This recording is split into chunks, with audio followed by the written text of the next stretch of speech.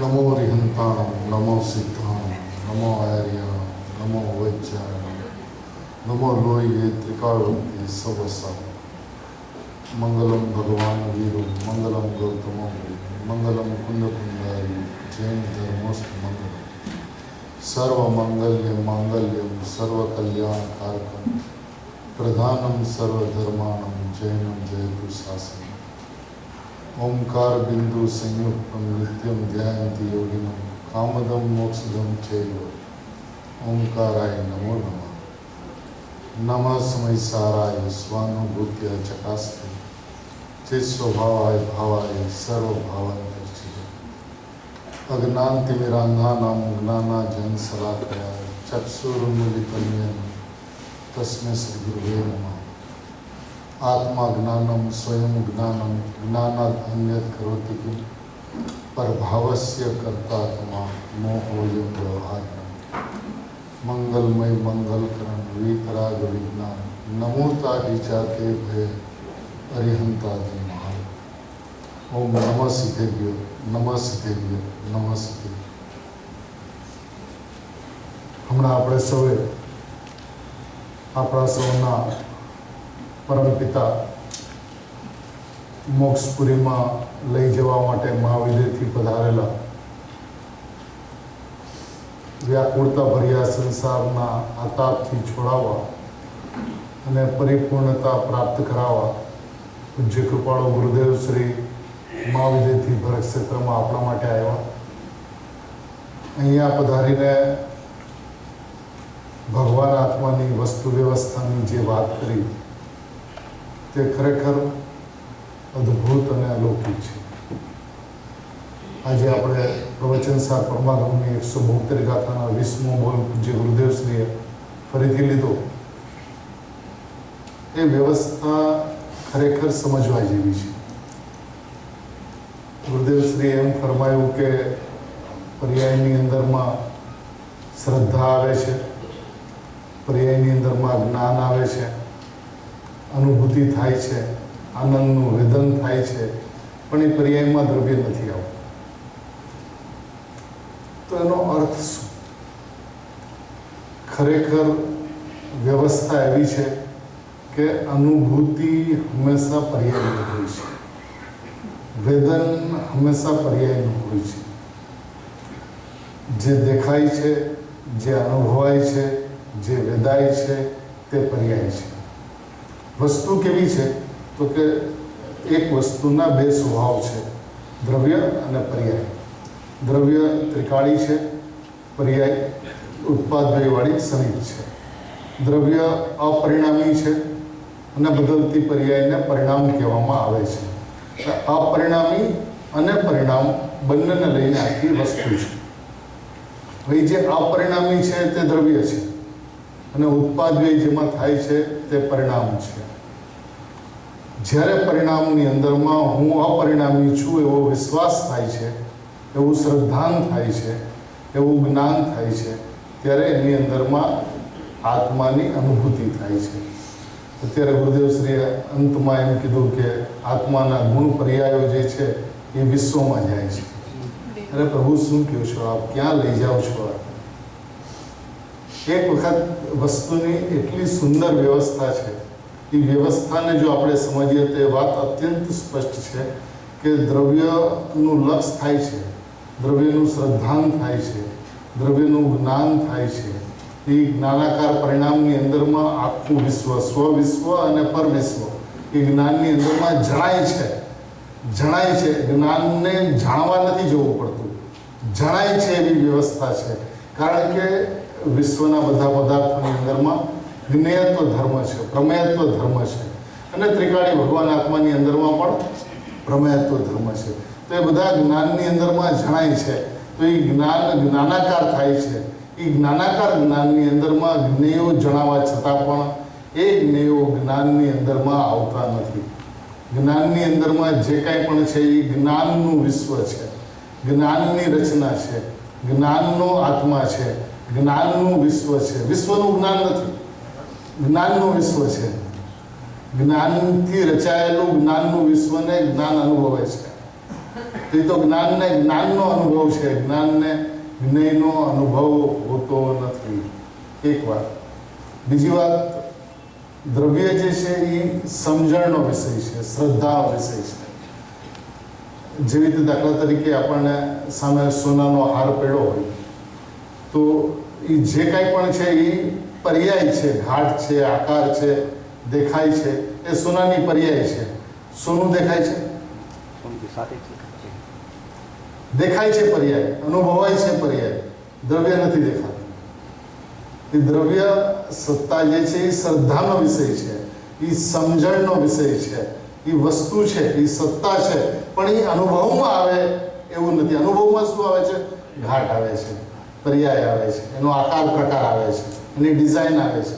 તો એ તો બધા પર્યાયના પરિણામ છે.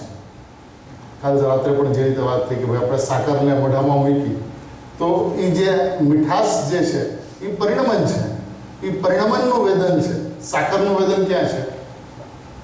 દ્રવ્યનું વેદન નથી હોતું, દ્રવ્યનો આશ્રય હોય છે, દ્રવ્યનું આલંબન હોય છે, દ્રવ્યમાં અહમ હોય છે. વેદન પર્યાય, અનુભવ પર્યાયની અંદરમાં. અને એ જ્યારે અનુભવ થાય છે, જે સમય અનુભવ થાય છે એ સમયે અપરિણામી પણ નથી, પરિણામ પણ નથી. જે છે એ પરિણામી છે.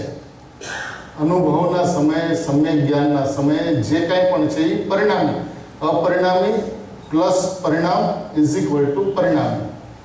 અપરિણામી પ્લસ પરિણામ ઇઝ ઇક્વલ ટુ પરિણામી. ત્યારે એ આખો આત્મા છે. બસ જે છે એ આત્મા છે. અનુભૂતિની અંદરમાં જે છે એ આત્મા છે. એ દ્રવ્ય છે કે પર્યાય છે, અપરિણામી છે કે પરિણામ છે, એ કોઈ વાત નથી. એ વાત વિકલ્પની અંદરમાં હોય છે, એ વાત ભેદની અંદરમાં હોય છે, એ વાત સમજાવવાની અંદરમાં હોય છે. અનુભવની અંદરમાં તો બસ જે છે એ આત્મા છે. જે અનુભવાય છે તે આત્મા છે. જે અનુભવમાં આવી રહ્યો છે એ આત્મા છે. હવે એ પરિણામની અંદરમાં હું અપરિણામી એવો જ્યારે વિશ્વાસ થાય છે, એવું જ્યારે શ્રદ્ધા આવે છે, દ્રવ્યનું જે સામર્થ્ય છે એ પૂરું આવે છે, પણ દ્રવ્ય નથી આવતું. પર્યાયની અંદરમાં ત્રણ કાળમાં દ્રવ્ય આવી શકે નહીં. એમ આત્મા દ્રવ્યની વાત નથી. જગતના કોઈ પણ દ્રવ્ય એના પરિણામની અંદરમાં આવી શકતા નથી. પરિણામની અંદરમાં દ્રવ્ય આવે તો પરિણામના નાશે દ્રવ્યનો નાશ થઈ જાય. આ વ્યવસ્થા છે. આ અનાદિ અનંત વ્યવસ્થા. દ્રવ્ય છે એ સત્તા છે, એનું હોવાપણું છે, એ શ્રદ્ધાનું શ્રદ્ધેય છે, એ આદરણીય છે, આશ્રય લેવા યોગ્ય છે, અવલંબન લેવા યોગ્ય છે, લક્ષ્ય કરવા યોગ્ય છે. પરંતુ એ વેદી શકાય, ભોગવી શકાય, અનુભવી શકાય, એ પરિણામની અંદરમાં આવી જાય એવું ત્રણ કાળમાં ક્યારેય કોઈ પણ સમયે બનતું નથી. અને આ વાત આપણને આપણા અનુભવથી સમજાય છે. ચાહે સાકરથી લ્યો, ગળપણથી લ્યો, સોનાથી લ્યો, તો જે દેખાય છે, જે અનુભવાય છે એ પર્યાય છે. દ્રવ્ય સમજાય છે, દ્રવ્ય સમજણનો વિષય છે, શ્રદ્ધાનો વિષય છે. એટલે કૃપાળુદેવે કીધું કે જે સ્વરૂપ સમજ્યા વિના પામ્યો દુઃખ નથી. સમજ્યા વિના એને વસ્તુનું સ્વરૂપ સમજ્યો નથી, એ સમજવાનું છે. મોક્ષ થતો નથી, સમજાય છે. સર્વ જીવ છે સિદ્ધ સમ, જે સમજે તે થાય. તો વાત સમજણની છે, વાત કરવાપણાની નથી, વાત વેદનની નથી, વાત અનુભવની નથી. દ્રવ્ય છે એ સમજાય છે, એ સત્તા છે, એ હોવાપણું છે. અને ગુણ પર્યાયની અંદરમાં એ ગુણ જે છે એ દ્રવ્યથી વિના ભાવી છે. જેવું દ્રવ્ય ગુણ અનંત ગુણાત્મક દ્રવ્ય છે એવા સ્વરૂપ આકારે પર્યાય પરિણમે છે. એ પર્યાયના અનુભવની અંદરમાં પર્યાયનું વેદન હોય છે. એ પર્યાયની અંદરમાં દ્રવ્ય આવતું નથી. જે વેદાય છે તે આત્મા છે. દ્રવ્ય પર્યાય એવો ભેદ અનુભૂતિની અંદરમાં પડતો નથી. અનુભૂતિની અંદરમાં નવું ક્ષણિક ઉત્પન્ન થતું અભેદ છે. જ્યાં ભેદ હોય ત્યાં વિકલ્પ હોય, જ્યાં અભેદ હોય ત્યાં નિર્વિકલ્પ હોય. તો એ જે સમય અનુભૂતિ થાય છે એ સમય ક્ષણિક છે, એ ઉત્પાદવાળી ક્ષણિક પર્યાય છે, એ નવું ઉત્પન્ન થતું અભેદ છે. એક ભગવાન આત્મા છે એ ત્રિકાળી અભેદ છે, એ સદાય હોવાપણે અભેદ છે, સ્વભાવથી અભેદ છે. અનંત ગુણાત્મક એક અભેદ વસ્તુ છે. અને જ્યારે અનુભૂતિ થાય છે ત્યારે એ નવું ક્ષણિક ઉત્પન્ન થતું અભેદ છે. જે સમયે અનુભૂતિ છે એ સમયે એ અભેદ છે, અનુભૂતિમાંથી વિકલ્પમાં આવી જાય છે ત્યારે એને સમજાય છે કે ઓહો, પર્યાય પરિણમી ગયું અને દ્રવ્ય એમને એમ રહી ગયું. દ્રવ્ય યુ का परिणाम परिणाम गया और मैं यूं का यूं ही रह गया. એ દ્રવ્ય યું નું યું રહી જાય છે, જેમનું તેમ રહી જાય છે અને પર્યાય પરિણમી જાય છે. પર્યાયમાં આનંદ આવ્યો હતો, એ આનંદ ચાલ્યો ગયો એટલે એને ખબર પડે છે કે પર્યાય પરિણમી ગઈ અને વસ્તુ એમની એમ રહી ગઈ.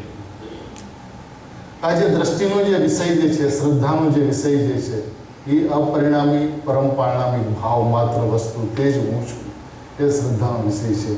અને એ વાત પૂજ્ય ગુરુદેવશ્રીએ સમગ્ર પ્રવચનની અંદરમાં અદ્ભુત રીતે, અલૌકિક રીતે, સર્વ પડખાઓથી અત્યંત સ્પષ્ટ કરી. આ વાત ખરેખર સમજવા જેવી છે કે ખરેખર દ્રવ્ય જે છે એનું આશ્રય હોય છે, એનું અવલંબન હોય છે, એનું વેદન નથી હોતું.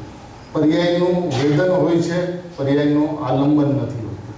પર્યાયનો આશ્રય ન હોય અને દ્રવ્યનું વેદન ન હોય. વેદન પર્યાયનું અને આલંબન આશ્રય દ્રવ્યનું. આ નિયમ છે. અને જ્યારે પર્યાય હું દ્રવ્ય છું એવું આશ્રય લે છે, આશ્રય લે છે એટલે ગુરુદેવ શ્રી કે એમ કહેવાય છે કે પર્યાય દ્રવ્યની અંદરમાં એક થઈ જાય છે. એ એક થઈ જાય છે એટલે અત્યાર સુધી એ પર્યાય પર તરફ ઝૂકેલી હતી, એ પર્યાય સ્વ તરફ ઝૂકી. જ્યારે પર તરફ ઝૂકેલી હતી ત્યારે સ્વયં પર તરફ ઝૂકેલી હતી, અને જ્યારે સ્વભાવ તરફ ઝૂકી ત્યારે સ્વયં સ્વભાવ તરફ ઝૂકી છે. પરંતુ એનું મુખ જે પર સન્મુખ હતું એ સ્વસન્મુખ થયું એટલે સ્વની અંદરમાં એકમેક થઈ ગઈ એમ કહેવાય છે.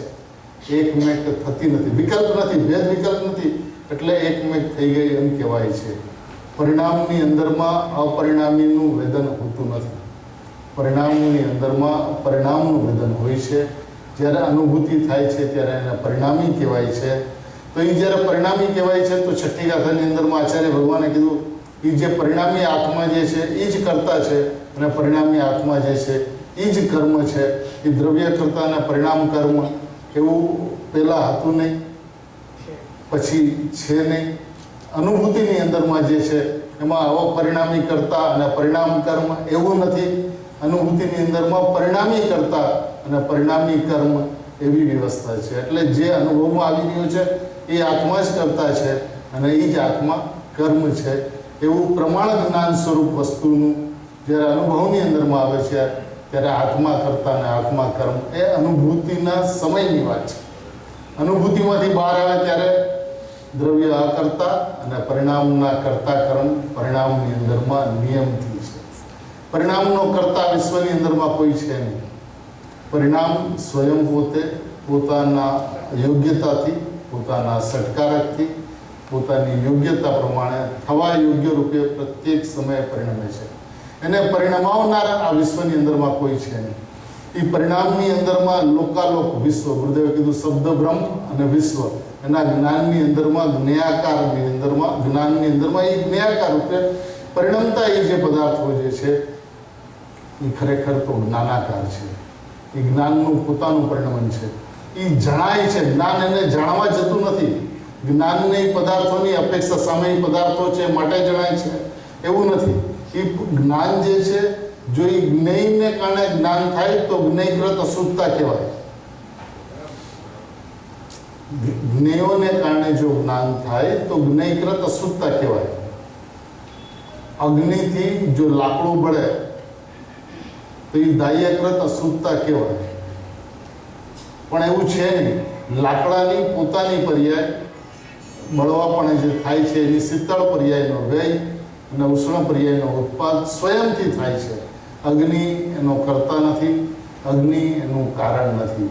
આવી અનાદિ અનંત પદાર્થની સ્વતંત્ર વ્યવસ્થા છે. આ વ્યવસ્થા જેને સમજાય છે એ વ્યવસ્થાની અંદરમાં પોતાના સ્વભાવનું લક્ષ્ય કરીને, સ્વભાવનું અહમ કરીને, સ્વભાવનું એકત્વ કરીને અનુભૂતિ રૂપે પરિણમી જાય છે. આ પરિણમતી વ્યવસ્થા છે. આની અંદરમાં કોઈ પ્રયત્નની આવશ્યકતા નથી. કહેવાય છે પુરુષાર્થ કરો, કહેવાય છે કે આત્મા તરફ પુરુષાર્થને લઈ આવો, ઉપયોગને આત્મા તરફ વાળ, પણ એ બધા ઉપદેશના વચનો છે.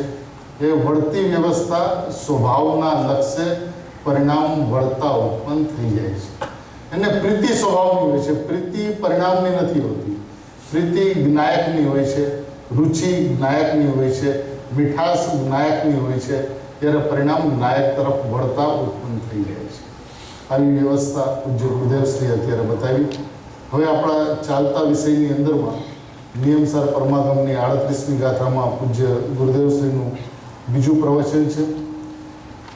પ્રશ્ન સંખ્યા 16 કારણ કાર્ય નિયમની અંદરમાં એમાં એમ કહે છે, અહીંયા તો દેવગુરુ શાસ્ત્ર એમ કહે છે કે અમે તો તારા દ્રવ્યથી પરદ્રવ્ય તો છીએ જ, અને અમારી ઉપર લક્ષ કરીશ તો અમે પરદ્રવ્ય છીએ તો તને વિકલ્પ થશે.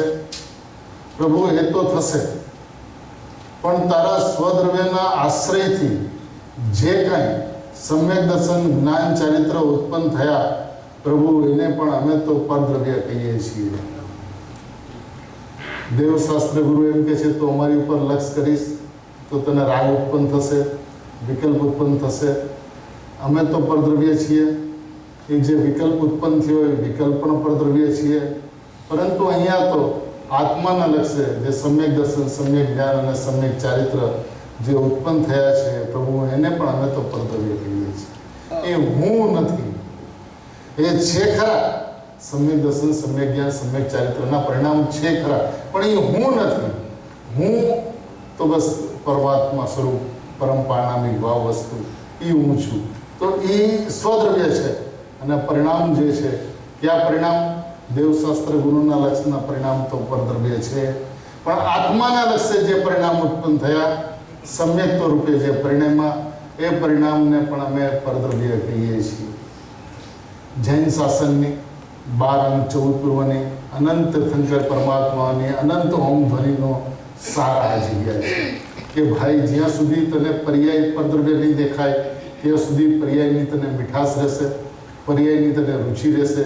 જ્યાં સુધી પર્યાયની રુચિ રહેશે ત્યાં સુધી દ્રવ્યની રુચિ અંશે હોવા છતાં પણ 100% રુચિ જે થવી જોઈએ, 100% હું ભગવાન આત્મા જ છું એવું જે શ્રદ્ધાન થવું જોઈએ, એ શ્રદ્ધાન ઉદ્ભવતું નથી. અને એવું શ્રદ્ધાન જ્યાં સુધી ઉદ્ભવતું નથી ત્યાં સુધી પરિણામ સ્વભાવ તરફ વળતા ઉત્પન્ન થતા નથી. એટલે તારા લાખ પ્રયત્ન છતાં પણ, સાચું સમજવાનો અભિપ્રાય હોવા છતાં પણ વસ્તુને જ્યાંથી પકડવી જોઈએ, જ્યાં એનું વજન આવવું જોઈએ, જ્યાં એનું જોર આવવું જોઈએ ત્યાં એનું જોર નહીં આવવાને કારણે, અને સમ્યક દર્શન, સમ્યક જ્ઞાન, મોક્ષ માર્ગના પરિણામ છે એ પ્રગટ કરવા યોગ્ય છે, માટે આદરણીય છે, માટે ઉપાદેય છે એવું જ્યાં જ્યાં કહેવામાં આવ્યું ત્યાં પર પદાર્થની અપેક્ષાએ, સંસારની અપેક્ષાએ, મિથ્યાત્વની અપેક્ષાએ, 4 ગતિઓની અપેક્ષાએ પંચમ ગતિ, સિદ્ધ ગતિ પ્રગટ કરવા યોગ્ય છે એમ કહેવામાં આવ્યું છે. એ દ્રષ્ટિએ એ ઉપાદેય છે. પરંતુ જ્યારે ઘરની અંદરમાં આવીને બે સ્વભાવની વચ્ચે વાત કરવામાં આવે છે, દ્રવ્ય પર્યાયની વચ્ચે વાત કરવામાં આવે છે, ત્યારે દ્રવ્ય જે છે એ સ્વદ્રવ્ય છે, અને પર્યાય જે છે ચાહે સમ્યક દર્શન, સમ્યક જ્ઞાન, સમ્યક ચારિત્રની, મોક્ષ માર્ગની, સંવર નિદ્રા અને મોક્ષના પરિણામ પણ પરદ્રવ્ય છે. પરદ્રવ્ય હોવાને કારણે એ હેય છે એવું ભાઈ તને લાગ્યું નથી. હેય છે એટલે ઉપેક્ષા કરવા યોગ્ય છે, હેય છે એટલે એ આદર કરવા યોગ્ય નથી, સત્કાર કરવા યોગ્ય નથી. કારણ કે ઉપસમ, સ્વપસમ અને સાયિક ભાવના આશ્રય અનુભૂતિ થતી નથી. અનુભૂતિ થાય છે માત્ર પરમ પારણામિક ભાવના આશ્રય, જ્ઞાયક ભાવના આશ્રય અનુભૂતિ થાય છે. માટે એ જ્ઞાયક ભાવ છે તે ઉપાદેય છે, તે આદર કરવા યોગ્ય છે, જે સત્કાર કરવા યોગ્ય છે. આદર કરવા યોગ્ય, સત્કાર કરવા યોગ્ય, એનો મતલબ હું છું. હું કોણ છું?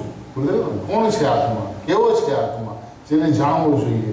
શુદ્ધાત્મા કોણ છે? જેને જાણવો જોઈએ. તો શુદ્ધાત્મા કોણ છે? તો બસ જે સ્વયંથી અનાદિ અનંત છે એ શુદ્ધાત્મા છે. જે સ્વયં સિદ્ધ છે એ શુદ્ધાત્મા છે, એ ભગવાન આત્મા છે. અને જે ઉત્પાદન થાય છે એ આત્માની અપેક્ષાએ અનાત્મા છે. અનાત્મા નથી, ચેતનના પરિણામ છે, ચેતના છે એની અંદરમાં. પરંતુ હું જીવ છું તો એ મારા જીવની અપેક્ષાએ અજીવ છે. અજીવ એટલે જળ છે એમ નહીં, હું નથી એ અપેક્ષા એ અજીવ છે. પૂતગલનો જે અજીવ કહેવામાં આવે છે એ નહીં, ચેતનની અપેક્ષાએ, સ્વભાવની અપેક્ષાએ હું જે છું એ નથી, એ નથી માટે અજીવ છે. સ્વ જેવો છું એવો નથી, માટે એ પર છે. એ સ્વદ્રવ્ય હું છું તો એ પરદ્રવ્ય છે. એમાં દ્વેષ નથી, પર્યાય પ્રત્યેનો દ્વેષ નથી અને શુદ્ધાત્મા પ્રત્યેનો રાગ નથી. કારણ કે આ માર્ગ વિતરાગતાનો છે, એની અંદરમાં રાગ દ્વેષનો ઉપદેશ હોતો જ નથી. એની અંદરમાં અપેક્ષા ઉપેક્ષાની વાતો હોય છે. ત્રિકાળી સ્વભાવની અપેક્ષા તો પરિણામની ઉપેક્ષા. પછી એ પરિણામ પુણ્ય પાપના હોય, એ પરિણામ આશ્રવ બંધના હોય, એ પરિણામ સંવર નિદ્રા અને મોક્ષના હોય. એ બધા પરિણામ સદૈવ સદાય આત્માર્થીઓને હેય છે.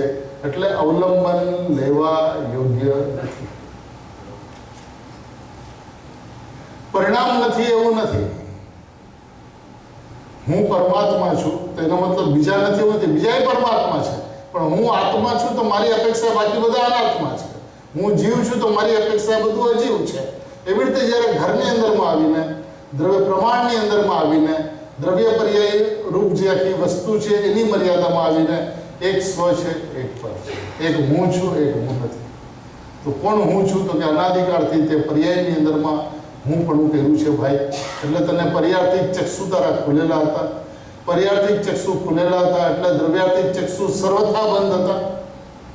એવું નથી કે એ પર્યાર્થિક ચક્ષુ ખુલેલા હતા એટલે થોડીક તો દ્રવ્યની પ્રીતિ હતી. એને આચાર્ય ભગવાન કે છે પર્યાર્થિક ચક્ષુ સર્વથા ખુલેલા હતા અને દ્રવ્યાર્થિક ચક્ષુ સર્વથા બંધ હતા.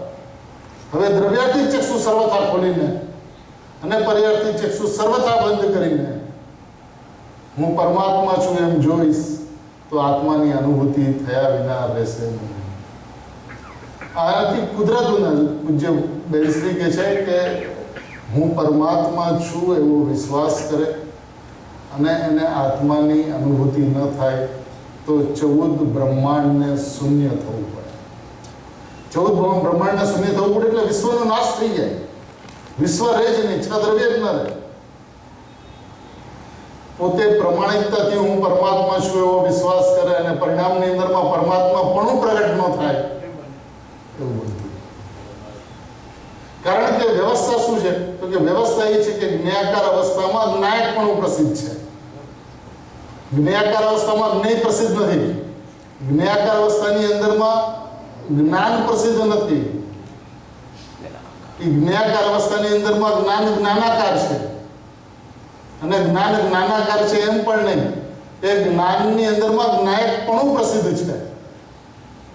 જ્ઞાયકપણું પ્રસિદ્ધ છે એટલે જ્ઞાયક પ્રસિદ્ધ છે એમ નહીં. જેમ જગત જ્ઞેય છે એ જ્ઞેયની પ્રસિદ્ધિ નથી, એવી રીતે એ જ્ઞાનની અંદરમાં જ્ઞાનાકારનું પરિણમન છે એ જ્ઞાનાકારપણું પ્રસિદ્ધ નથી.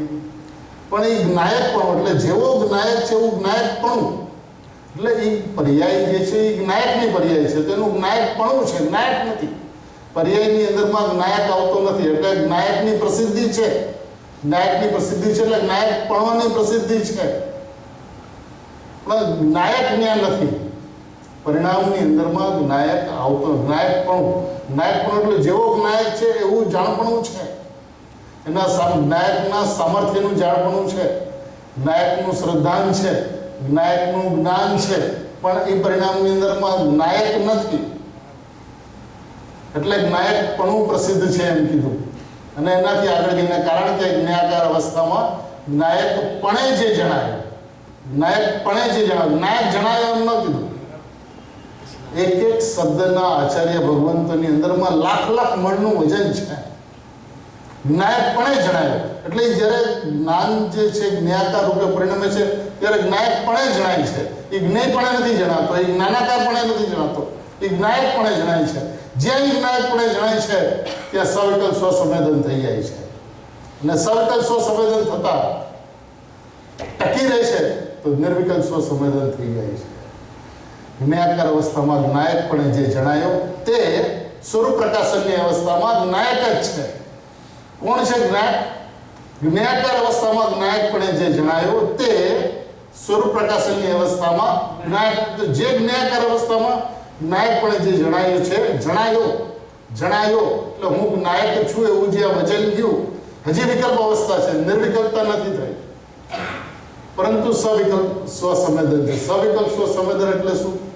ગુરુદેવ શ્રી એમ કહેતા કે એક જ્ઞાની પુરુષ હોય એ આત્માની અનુભૂતિમાંથી બહાર વિકલ્પમાં આવે અને વિકલ્પની અંદરમાં આત્મા એને જેવો ભાસે એવો આત્માથીને અનુભૂતિ પહેલાં યથાર્થ નિર્ણય થતા, પાકો નિર્ણય થતા, ભગવાન આત્માનો સાચો નિર્ણય થઈ જતા એ જેવો ભગવાન આત્મા છે એવો આત્માથીને ભાસી જાય છે.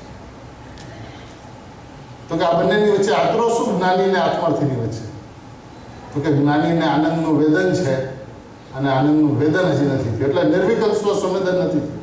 પણ સવિકલ્પ સ્વ સંવેદન જે થયું છે એ નિર્વિકલ્પ વત છે, વચનાતીત છે. સવિકલ્પ સ્વ સંવેદન છે એવી સ્થિતિ આવે છે પણ અહીંયા ઊભો નથી રહેતો, એ સડસડાટ આત્માની અંદરમાં ચાલ્યો જાય છે તો એ નિર્વિકલ્પ સ્વ સંવેદન થઈ જાય છે. એટલે આચાર્ય ભગવાન કહે છે જ્ઞાકાર અવસ્થામાં નાયકપણે જે જણાયો તે સ્વરૂપ પ્રકાશનની અવસ્થામાં જ્ઞાયક જ છે. જ્ઞાયકાર અવસ્થામાં જે જ્ઞાયકપણે જણાય છે સ્વરૂપ પ્રકાશનની અવસ્થામાં એ જ જ્ઞાયક જણાય છે.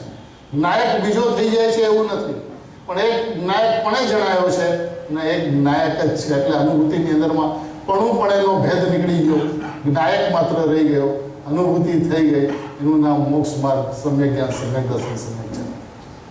અને એ પર્યાય સ્વદ્રવ્યની અપેક્ષાએ ગુરુદેવ શ્રી એમ કહે છે, દેવશાસ્ત્ર ગુરુ એમ ફરમાવે છે કે પરદ્રવ્ય છે, વિધિ છે આ અનુભૂતિની.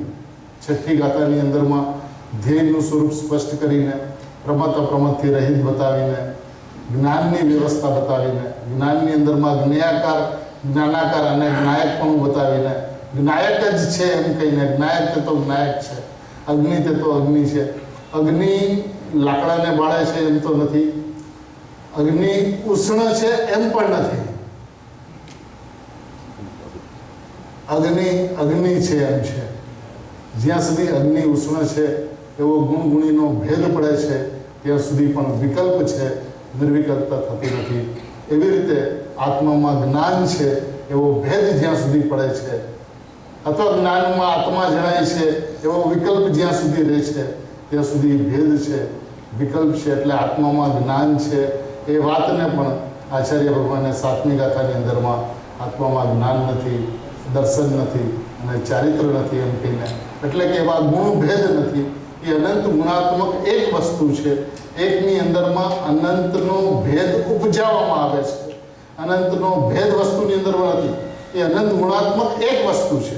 તો એ એક છે. તો એકની અંદરમાં આ જ્ઞાન, આ દર્શન, આ ચારિત્ર એ સમજાવવા માટે છે, મહિમા લાવવા માટે છે, એની અદ્ભુતતા ભાષે, એનો વૈભવ કેવો છે એ સમજાવવા માટે આચાર્ય ભગવાન કહે છે કે એ નિકટવર્તી ભવ્ય જીવને જે શિષ્ય એવો છે હવે અલ્પકાળની અંદરમાં 2-4-6 ભવની અંદરમાં મોક્ષમાં જવાવાળો છે, એની ભવ્યતાને જોઈને નિશ્ચયની અંદરમાં ભેદ ઉપજાવીને, વસ્તુની અંદરમાં ભેદ ઉપજાવીને વ્યવહારથી એવું વચન છે કે આત્મામાં જ્ઞાન છે, દર્શન છે, ચારિત્ર છે.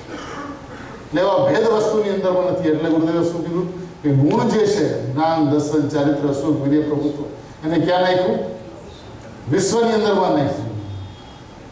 જાણવા દેખવાની પર્યાય ક્યાં નાખી? વિશ્વની અંદરમાં નાખી. એવું જ્ઞાનની અંદરમાં જણાય છે એ જ્ઞાન જાણે છે એમ નહીં, જણાય છે. એ જણાય છે એવો જ્ઞાનનો સ્વભાવ છે. એ જ્ઞાનની અંદરમાં જ્ઞાયક જણાય છે, એ જ્ઞાનની અંદરમાં લોકાલોક જણાય છે.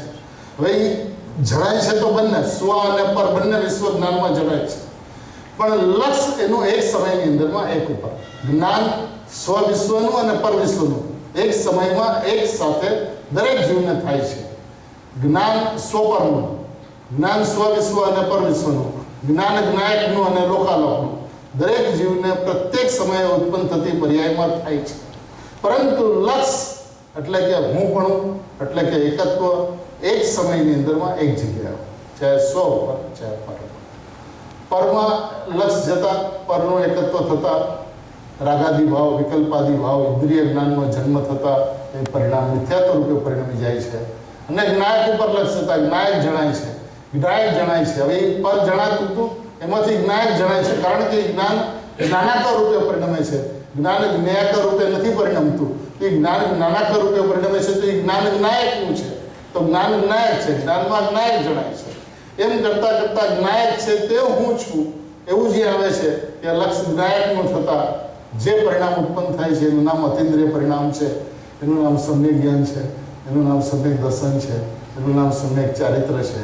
અને આ પરિણામ જે છે એ મારા ત્રિકાળી દ્રવ્યની અપેક્ષાએ, પરમ પારણામિક ભાવની અપેક્ષાએ, ઉપાદેય તત્વની અપેક્ષાએ એ પરિણામ જે છે તે હેય છે. એ વાત ગુરુદેવ શ્રી કહે છે. અહીં તો દેવશાસ્ત્ર ગુરુ એમ કહે છે, અમે તો તારા દ્રવ્યથી પરદ્રવ્ય તો છીએ જ, અને અમારી ઉપર લક્ષ કરીશ તો અમે પરદ્રવ્ય છીએ તો તને વિકલ્પ થશે. પ્રભુ એ તો થશે, પણ તારા સ્વદ્રવ્યના આશ્રયથી જે કાંઈ સમ્યક દર્શન જ્ઞાન ચારિત્રો ઉત્પન્ન થયા, કોનાથી સમ્યક દર્શન જ્ઞાન ચારિત્રો ઉત્પન્ન થયા? તારા સ્વદ્રવ્યના આશ્રયથી, ત્રિકાળી દ્રવ્યના આશ્રયથી, ત્રિકાળી પરમાત્મા હું છું એવી સમજણથી, એવી શ્રદ્ધાથી, એવા વિશ્વાસથી જે કંઈ સમ્યક દર્શન જ્ઞાન ચારિત્રો ઉત્પન્ન થયા, પ્રભુ તેને અમે તો પરદ્રવ્ય કહીએ છીએ. આ દ્રષ્ટિકોણ જ્ઞાનીનો છે. જે દ્રષ્ટિકોણ જ્ઞાનીનો છે એ જ્ઞાની થયા આ રીતે છે. આપણે જ્ઞાની થવું છે તો એને પૂઠે પૂઠે ચાલવાનું છે, એની પાછળ પાછળ ચાલવાનું છે. અને એની પાછળ કેવી રીતે ચાલવાનું છે? એ જેવી રીતે ચાલ્યા એવી રીતે ચાલવાનું છે. આજ ગુરુદેવશ્રી અમને આપણને એમ કહે કે એ સમ્યક દર્શન, સમ્યક જ્ઞાન, સમ્યક ચારિત્રના પરિણામ છે તો એ પરદ્રવ્ય છે. અને આપણે એમ કે પણ સાહેબ એ પ્રગટ કરવા યોગ્ય તો છે ને. ગુરુદેવને શું નથી ખબર એ પ્રગટ કરવા યોગ્ય છે? જ્ઞાનીઓને, આચાર્યોને, મુનિઓને પોતાના સ્વભાવની ઉર્ધ્વતા અને ઉગ્રતા વધે છે કેવી રીતે એ તો અનુભવી રહ્યા છે. એટલે એ જે રીતે એમને અનુભવ થયો એ વિધાન બતાવે છે. અને એ વિધાનને જે સમજે છે એ વિધિ છે. જે વિધાનને સમજતો નથી અને આમ પણ છે અને આમ પણ છે એવું દૂધ દહીંમાં બંનેમાં જે પગ રાખે છે એને એ સમ્યક એકાંતના પક્ષમાં આવતો નથી. જીવ અનાદિકાળથી મિથ્યા એકાંત પક્ષમાં તો રહ્યો છે, વ્યવહારના પક્ષમાં, પ્રમાણના પક્ષમાં, નિશ્ચયાભાસના ડરના પક્ષમાં તો રહ્યો છે, પરંતુ સ્વભાવના પક્ષમાં ત્રિકાળી દ્રવ્ય હું જ છું એવો પરમાર્થનો પક્ષ, એવો નિશ્ચયનો પક્ષ, એવો સ્વભાવનો પક્ષ ક્યારે પણ આવ્યો નથી. ગુરુદેવ શ્રી કે અનંત કાળમાં સ્વભાવનો અપૂર્વ પક્ષ એક પણ વખત આવ્યો નથી. અને એ આવે કેવી રીતેનું આ વિધાન છે કે ભાઈ દેવગુરુ શાસ્ત્રની ભક્તિ જે છે, પૂજા જે છે, તીર્થયાત્રા જે છે, ગુરુદેવના પ્રવચનનું સાંભળવું જે છે એ બધું તો પરદ્રવ્ય છે. પરંતુ આત્માના આશ્રય જે સમ્યક દર્શન, સમ્યક જ્ઞાન, સમ્યક ચારિત્રના પરિણામ ઉત્પન્ન થયા એ પણ પરદ્રવ્ય છે. આગળ કહે છે અમે તો પરદ્રવ્ય કહે છે. જ્ઞાનચંદજી વાત એવી છે, ભગવાન ભાગ્ય હોય એને કાને પડે એવી વાત છે. કોને કાને પડે? અને ભાગ્યશાળી કોણ કહેવાય? જેના ભવ સમુદ્રનો કિનારો આવી ગયો છે એ ભાગ્યશાળી છે. એને કાને આ વાત પડે છે. આ યુગની અંદરમાં, આ કાળની અંદરમાં આવી ભગવાન આત્માની વાત કાને ક્યાંથી પડે? અને જેને પડે છે એનો ભવ સમુદ્રનો કિનારો નિકટ આવી ગયો છે માટે એને કાને પડે છે. અને એ જો એ વસ્તુને સમજી લે તો એ ગુરુને ખેસ પકડીને, ગુરુના ખેસનો છેડો પકડીને એની પૂઠે પૂઠે મોક્ષ સુધી ચાલી જશે. કોઈ એને પુરુષાર્થ, કોઈ એને મહેનત કરવાની જરૂરત નથી. જેવી વસ્તુ કહેવામાં આવે છે, જે રીતે કહેવામાં આવે છે, જ્યાંથી કહેવામાં આવે છે ત્યાંથી જો એ વાતને સમજી જો કે છે લોકોને એકાંત લાગે છે, એકાંત છે, એકાંત છે. અરે પ્રભુ સમ્યક એકાંત જ છે. તું એકાંત કે છે, સાવ સાચી વાત છે. એ સમ્યક એકાંત જ છે, સાચું એકાંત છે. અને સમ્યક એકાંત પૂર્વક સમ્યક અનેકાંતનો જન્મ થાય છે. સમ્યક એકાંતના પક્ષમાં આવ્યા વિના સમ્યક અનેકાંતનો જન્મ થતો નથી. કૃપાળુદેવ કહે છે ને, અનેકાંત પણ સમ્યક એકાંત એવા નિજ પદની પ્રાપ્તિ સિવાય અન્ય હેતુએ ઉપકારી નથી. તો એનો ઉપકાર શું છે? અનેકાંતમાંથી તમે સમ્યક એકાંતને કાઢો તો એ અનેકાંતનો ઉપકાર છે. એ સમ્યક એકાંતમાં આવ્યા તો એ નિશ્ચયનો પક્ષ કહેવાશે. હું પરમાત્મા છું એવા એકાંતના પક્ષમાં આવ્યા તો એ નિશ્ચયનો પક્ષ કહેવાશે. અને નિશ્ચયનો પક્ષ છૂટી જશે અને પક્ષાતિક્રાંત થઈ જશે. એવું વિધાન છે સમ્યક અનેકાંત પ્રગટ કરવાનું. સમ્યક એકાંતમાં આવ્યા વિના આમ પણ છે ને આમ પણ છે એ પ્રમાણનો લોપ છે. અનુભૂતિ તો પર્યાયમાં થાય છે ને, એ પર્યાય દ્રવ્યનું લક્ષ કરે છે ને, એ આનંદ તો પર્યાયમાં આવે છે ને, એમ વારંવાર જે પર્યાયને આગળ કરે છે એને પ્રમાણનો લોભ છે. એ જીવ અનાદિકાળથી પ્રમાણના લોભને છોડી નથી શકતો. પ્રમાણ જ્ઞાન અલગ વસ્તુ છે અને પ્રમાણનો લોભ અલગ વસ્તુ છે. પ્રમાણનો લોભ એટલે દ્રવ્ય પર્યાયનો પક્ષ. દ્રવ્ય પર્યાયનો પક્ષ મતલબ દ્રવ્ય પણ છે અને પર્યાય પણ છે એવી આખી વસ્તુ છે. તો એ પ્રમાણ વસ્તુ છે. પણ એ પ્રમાણ વસ્તુને જોતા, હવે તું પ્રમાણ વસ્તુ જે છે દ્રવ્ય પર્યાય સ્વરૂપ, એને જો તું દ્રષ્ટિનો વિષય બનાવે તો દ્રષ્ટિ કોણ કરશે? દ્રવ્ય પર્યાય સ્વરૂપ વસ્તુ છે. હવે એ વસ્તુ આખો આત્મા છે.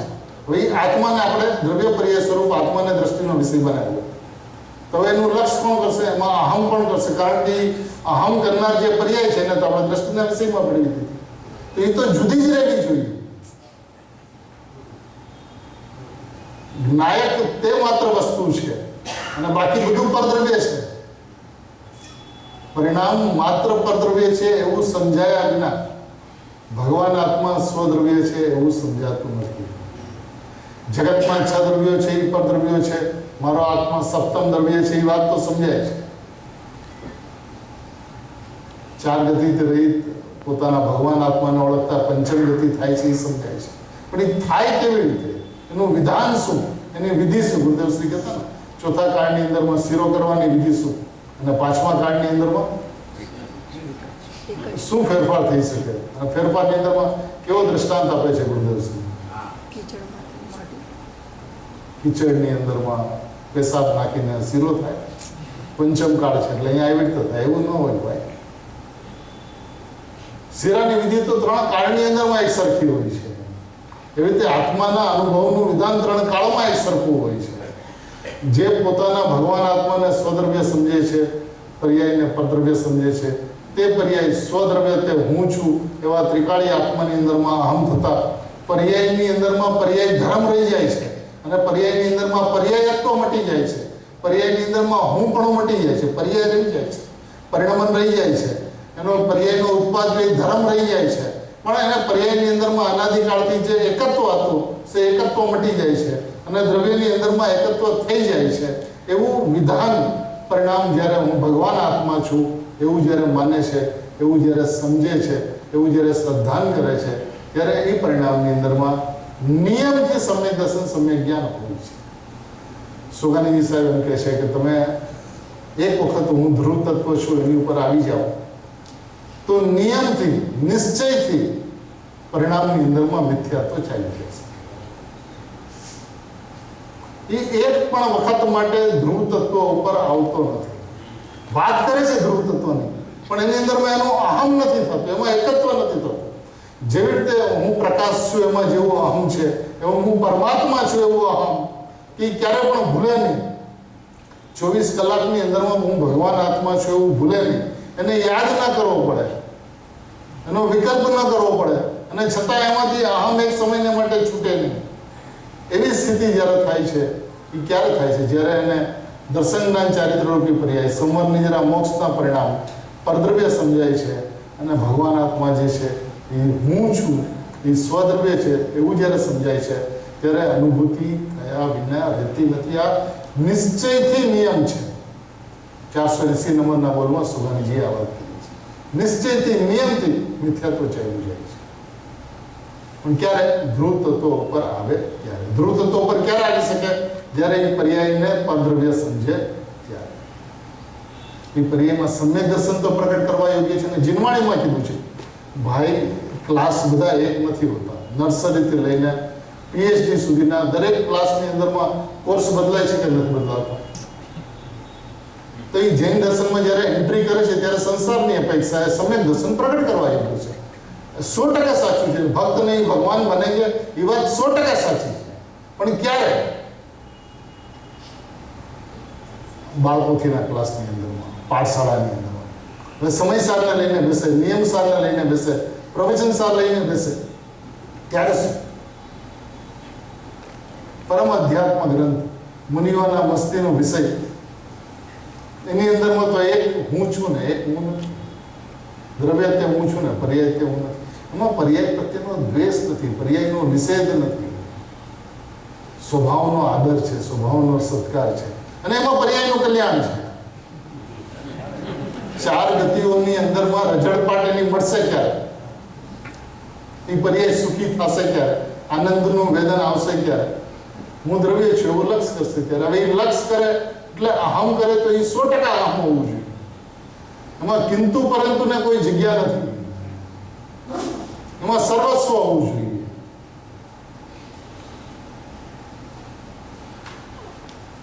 ગુરુદેવ કે અરે પ્રભુ સમ્યક એકાંત જ છે. અહીં તો કહ્યું કે સંવર નિજરા, જે ચારિત્ર સમ્યક દર્શન અનુભવ સહિત આત્મા અતિન્દ્રિય આનંદનો પૂર્ણ પ્રવાહ, જેમ પાણીનો પ્રવાહ ચાલે છે એ આડો ચાલે છે, આ પૂર છે એ આમ ધ્રુવ ચાલે છે, ધ્રુવ ધ્રુવ ધ્રુવ. આ ભગવાન આત્મા અતિન્દ્રિય આનંદનું પૂર, એ પૂર આમ પ્રવાહ ધ્રુવ તરીકે છે, જેને શાસ્ત્રમાં નિરંતર વર્તમાન કહ્યું છે. ત્રિકાળ રહેનારો એ અપેક્ષા છોડી દીધી. ત્રિકાળમાં ત્રિકાળનો ભેદ થઈ ગયો. શાસ્ત્રમાં પાઠ છે, નિરંતર વર્તમાન છે. જેમ વર્તમાન પર્યાય સંવર નિજરા છે તો એને અમે પરદ્રવ્ય કહીએ છીએ, એ રીતે એનાથી ભિન્ન દ્રવ્ય પણ વર્તમાન છે, પૂર્ણાનંદનો નાથ. શું કહે છે ગુરુદેવ શ્રી?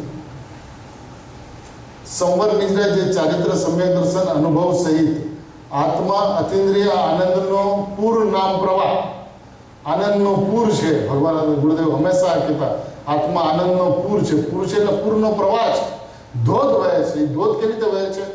જેમ પાણીનો ધોધ આમ વહે છે. આ છે હંમેશા છે, સદાય છે, સદાય વર્તમાન છે. પરિપૂર્ણ ધ્રુવ ભગવાન આત્મા સદાય વર્તમાન વર્તમાન વર્તમાન વર્તમાન વર્તમાન વર્તમાન વર્તમાન વર્તમાન વર્તમાન છે. સેવો સદાય છે. એ હું છું એવો જ્યારે એને વિશ્વાસ આવે છે ત્યારે શું કહે છે? ત્રિકાળ રહેનારો એ અપેક્ષા છોડી દીધી. ભૂતમાં હતો, વર્તમાનમાં છે ને ભવિષ્યમાં રહેશે એવું ત્રિકાળ રહેનારો એ અપેક્ષા છોડી દીધી. એ કાળની અપેક્ષા ત્રિકાળી નથી ભગવાન આત્મા. તો એ કાળને પરાધીન થઈ ગયા. ત્રણેય કાળે રહે છે માટે એ ત્રિકાળી છે એમ નથી. સદાય પોતે વર્તમાન વર્તમાન વર્તમાન પડે કાયમ રહે છે માટે એ ત્રિકાળી છે. કાળની સાપેક્ષતા એ ત્રિકાળી નથી. સમજાવવા માટે ભૂતમાં હતો, વર્તમાનમાં છે, ભવિષ્યમાં રહેશે એવું સમજાવવા માટે. વાસ્તવિકતા તો એ સ્વભાવથી સદાય રહેનારો છે. એ સ્વભાવથી ત્રિકાળ છે, સ્વભાવથી અનાદિ અનંત છે. એનો ઉત્પાદ નથી થતો માટે અનાદિ છે એમ કહેવાય છે, પણ એ સ્વભાવથી અનાદિ છે. ઉત્પાદ નથી થતો એટલે અનાદિ છે એમ નહીં, સ્વભાવથી અનાદિ છે. એનો નાશ નથી થતો માટે અનંત છે એમ નહીં, સ્વભાવથી અનંત છે. કોઈ અપેક્ષા નથી, અને ઉત્પાદની અપેક્ષા નથી, વ્યયની અપેક્ષા નથી. ઉત્પાદ વ્યયથી રહિત જે છે એ પોતે પોતાના સ્વભાવથી અનાદિ અનંત છે, પોતે પોતાના સ્વભાવથી ત્રિકાળ છે, સદાય રહેનારો છે. કેવી રીતે? વર્તમાન વર્તમાન વર્તમાન વર્તમાન વર્તમાન વર્તમાન. એવો ધ્રુવનો પ્રવાહ છે અંદરમાં, ચાલ્યા જ કરે છે, ચાલ્યા જ કરે છે, ચાલ્યા જ કરે છે. વર્તમાન રૂપે ભગવાન આત્મા છે. એ કે છે ત્રિકાળ રહેનારો એ અપેક્ષા છોડી દીધી. ત્રિકાળમાં ત્રિકાળનો ભેદ થઈ ગયો. જો ત્રિકાળ લે છે તો ત્રિકાળમાં ત્રણેય કાળનો ભેદ થઈ ગયો. શાસ્ત્રમાં પાઠ છે, નિરંતર વર્તમાન છે. જેમ વર્તમાન પર્યાય સંવર નિજરા છે તો એને અમે પરદ્રવ્ય કહીએ છીએ, એ રીતે એનાથી ભિન્ન દ્રવ્ય પણ વર્તમાન છે, પૂર્ણાનંદનો નથી. એમ કે જેમ પર્યાય વર્તમાન છે એમ દ્રવ્ય પણ વર્તમાન છે. એક વર્તમાનને અમે પરદ્રવ્ય કહીએ છીએ, એક વર્તમાનને અમે સ્વદ્રવ્ય કહીએ છીએ. એ સ્વદ્રવ્ય જે છે એ પૂર્ણાનંદનો નાથ છે, પરિપૂર્ણ જ્ઞાયક તત્વ છે, પરિપૂર્ણ ભગવાન આત્મા છે, કૃત્ય છે, સદાય ભરપૂર છે, એકરૂપ છે, કૃત્ય છે. એની અંદરમાં કોઈ પણ ચીજનો અભાવ નથી, એની અંદરમાં કોઈ અધુરાશ નથી, એની અંદરમાં કોઈ અપૂર્ણતા નથી, સંપૂર્ણ. કાલ રાત્રે આવ્યું ને ગુરુદેવના પ્રવચનમાં, સર્વજ્ઞ સ્વભાવી ભગવાન આત્મા. એ ભગવાન આત્મા એ સર્વજ્ઞ સ્વભાવી છે. એ ચૈતન્ય જે છે એ સર્વજ્ઞ સ્વભાવી છે. હું સર્વજ્ઞ સ્વભાવી ભગવાન આત્મા છું એવું જેને જ્યાં સમજાય છે ત્યાંનું આર્યો સર્વજ્ઞ. સર્વજ્ઞ થવાની વાત નથી. હું અજ્ઞાની છું ને સર્વજ્ઞ થવું છે એવું નથી. અજ્ઞાનતા પર્યાયની અંદરમાં છે, સમ્યક્ત્વ પર્યાયની અંદરમાં થાય છે. અજ્ઞાનના વખતે પણ હું સર્વજ્ઞ અને સમ્યક્ત્વના વખતે પણ હું સર્વજ્ઞ, અને સર્વજ્ઞત્વ પ્રગટ થાય ત્યારે હું સર્વજ્ઞ. હું તો સર્વજ્ઞ સ્વભાવી ચૈતન્ય પ્રભુ ભગવાન આત્મા સદાય એક રૂપ છું. કેવું પોતાનું મહિમાવંત તત્વ છે. એક વખત એની ગરિમા સમજાય તો વર્તમાનમાં હું સર્વજ્ઞ સ્વભાવી, સર્વજ્ઞ સ્વભાવી ભગવાન આત્મા. સર્વજ્ઞ થવું એ પર્યાયની વાત છે. હું તો સર્વજ્ઞ સ્વભાવી છું, મારો સ્વભાવ જ સર્વજ્ઞ છે. એ સર્વજ્ઞ સ્વભાવી ભગવાન આત્મા જે છે તે હું છું એવું જ્યાં એને સમજાય છે ત્યાં એની ગરિમા આવતા મહિમા આવતા સર્વજ્ઞતા પ્રગટ થઈ જાય છે. એ પર્યાયનો ફાયદો સર્વજ્ઞ સ્વભાવનો એક્સેપ્ટન્સ કરે એમાં છે. સર્વજ્ઞતા પ્રગટ કરવી છે એની અંદરમાં પર્યાયનું અહિત છે, અને હું સર્વજ્ઞ સ્વભાવી છું એવા વિશ્વાસની અંદરમાં પર્યાયનું હિત છે. ત્યારે એ પરિણામી રૂપે પરિણમી જાય છે, આત્મા રૂપે પરિણમી જાય છે, અનુભવ રૂપે પરિણમી જાય છે.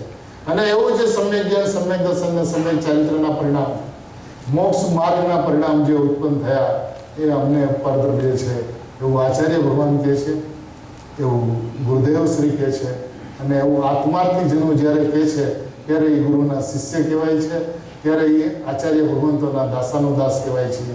આપણે સાચા અર્થની અંદરમાં હું પરમાત્મા છું એ સ્વદ્રવ્ય છે, અને સંવર નિદ્રા અને મોક્ષના પરિણામ જે છે એ પદ્રવ્ય છે એવો વિશ્વાસ કરીને, એવી સાચી સમજણ કરીને હું પરમાત્મા તત્વ છું, હું પરમ પરિણામી ભાવ માત્ર નિર્વિકલ્પ વસ્તુ છું એવો વિશ્વાસ કરીને સૌ કોઈ સાદી અનંત કાળને માટે આત્મા પોતાથી રક્ષિત છે, એની રક્ષા કરવાની જરૂરત નથી.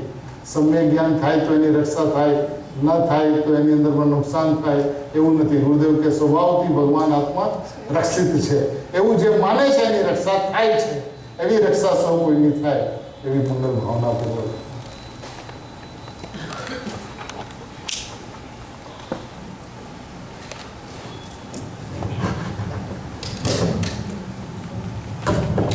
आज रात्रि कार्यक्रम रात्रि 7 થી 7:15 નિર્ણય આરતી પૂજ્ય, ત્યારબાદ 7:15 થી 8 પૂજ્ય ગુરુદેવ સુશ્રી પ્રવચન, 8 થી 9:07 સ્વાધ્યાય શ્રી પ્રકાશભાઈ દ્વારા.